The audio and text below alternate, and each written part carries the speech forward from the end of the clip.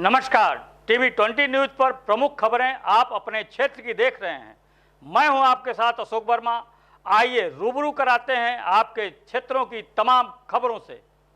PM Modi ने देश के बड़े बड़े पीएसयूएस का निजीकरण कर दिया। पीएसयूएस में आदिवासी, दलित और ओबीसी थे, जिन्हें बाहर निकालकर पूरी संपत्ति कुछ चुनिंदा लोगों के हाथ में सौंप दी गई। आप सरकार को जीएसटी देते हैं, सरकार उस पैसों को पब्लिक सेक्टर बैंक में डालती है, फिर वो बैंक अडानी करोड़ों रुपए का दर्ज कर देते हैं। इसे बयान राहुल गांधी की दिए गए हैं, सुनिए। प्राइवेटाइजेशन की बात होती है, कहते नरेंद्र मोदी कहते हैं सारा प्राइवेट कर दो। बड़े बड़े पब्लिक सेक्टर यूनिट्स जो थे सबके सब प्राइवेटाइज कर दिए। तो ये हुआ क्या? पब्लिक सेक्टर यूनिट में आदिवासी थे, दलित थे, ओबीसी थे, उनको परे कर दिया, कंपनी बेच दी, उनको बेरोजगार कर दिया और 2, 3, 4 लोगों को पूरा का पूरा माल बेच दिया, देश की पूंजी बेच दी। ये अदानी बना कैसे? आपने कभी सोचा? ये अदानी एयरपोर्ट खरीद लेता है, पोर्ट्स खरीद लेता है। मैं आपको बताता हूं, आपके जेब में से पैसा निकलता है कैसे? जीएसटी के माध्यम से। आप टैक्स देते हो, आपको पता भी नहीं लग रहा। आपने कुछ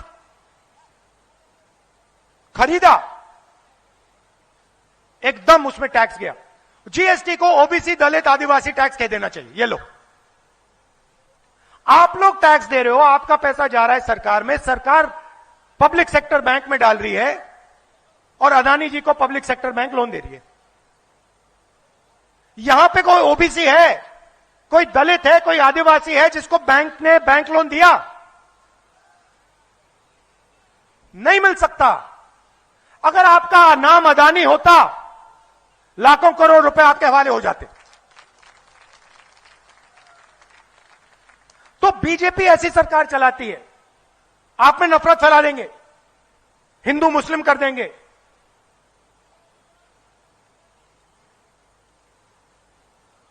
एक जात को दूसरी जात से लड़ा देंगे और फिर आप जीएसटी में पैसा डालोगे। जैसे ही आपने अपने स्कूटर में, मोटरसाइकिल में पेट्रोल डाला ना, अदानी जी के जेब में सीधा पैसा जाता है, डायरेक्ट। तो 2 सरकारें चल सकती हैं। एक सरकार जो किसानों की, मजदूरों की, छोटे दुकानदारों की रक्षा करती है और दूसरी सरकार जो अरबपतियों की रक्षा करती है।